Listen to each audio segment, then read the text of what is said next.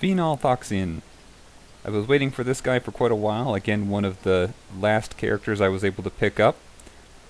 He's slow, magical, and tank. And we'll talk a little bit more about that in a minute. He's one that you actually can do some farming for, although it's difficult. He's only on some of the hardest levels, and they're all 7 energy each. I didn't unlock him until I actually was able to get him through a heroic summon, I believe. And then the hero tokens that I had for him were carried over, so now I'm still working those up. He's got a couple interesting things going for him. We'll look through those.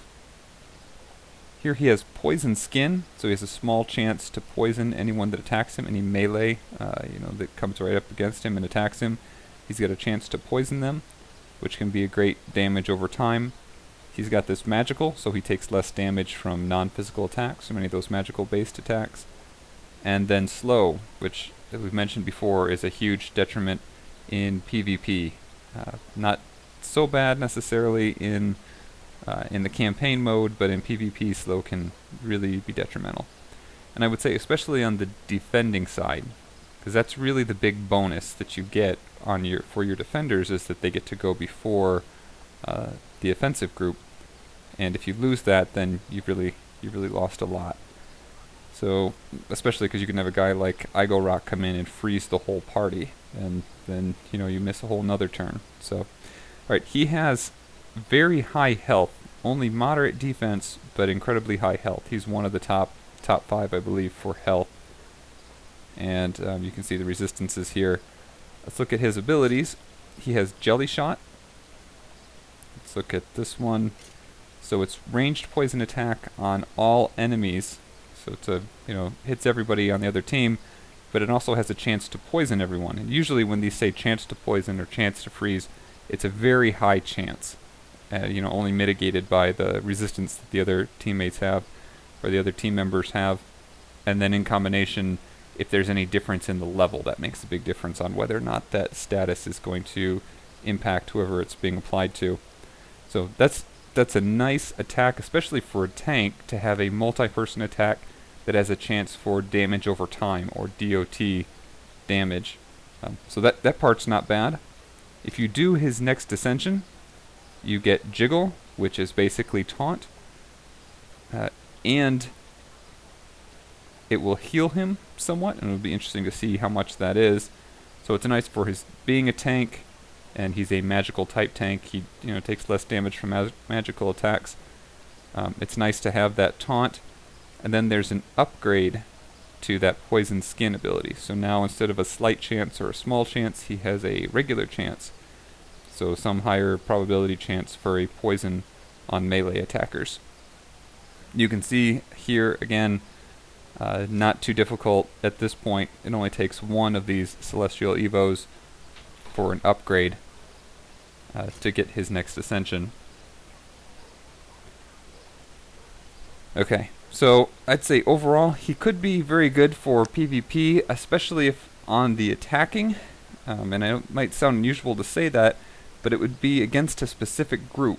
So if you're going against, for example, an all-fast defending group, the pro side with that all-fast defending group is that they're, no matter what, going to get to take that first turn, but the downside is that overall they have less health, less defense, and so if you can just bring in attackers that have much higher attack, for example, an all-slow team, with people like Phenol, and you could imagine bringing in,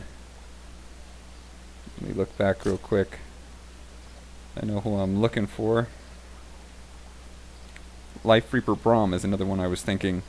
So you could put those two together, very high attack, fairly survivable, and then someone like Igorok, not slow but incredibly hard to take out in that first turn.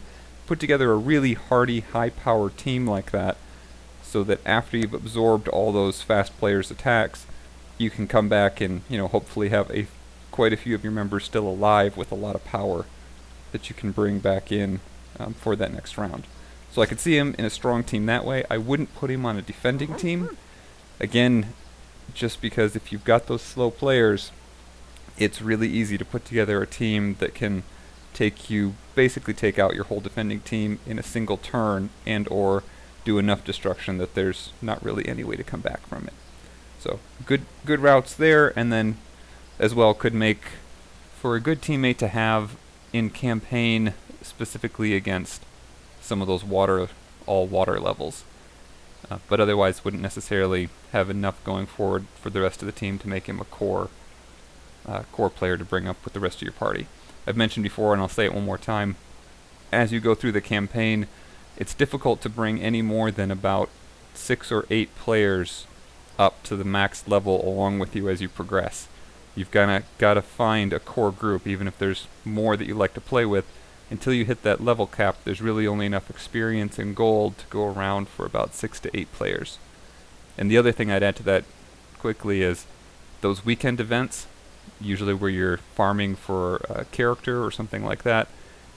That's the best way to bring in a lot of gold and a lot of experience potions. So if you do those, that helps you keep the higher end up to 8, maybe even 9 characters up to max level. Without those, it's down more along the 6th level. So that's what all I have to say for him, and thanks for watching.